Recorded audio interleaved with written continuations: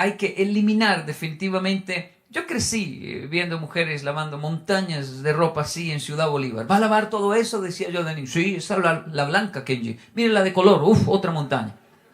Heroicas las mujeres, lavaban eso en ese lavadero de granito, ¿no? Con ese jabón de tierra o ese azul rey, y lavaban todo eso a mano.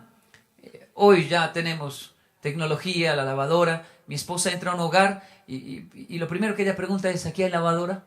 No le interesa si hay equipo de sonido, un gran televisor. Ella dice: el invento más importante de la humanidad, la lavadora. Saber si una familia es pobre o no es entrar y ver si todavía esclavizan a una mujer lavando ropa o ya hay una bendita lavadora, porque deben adquirirla.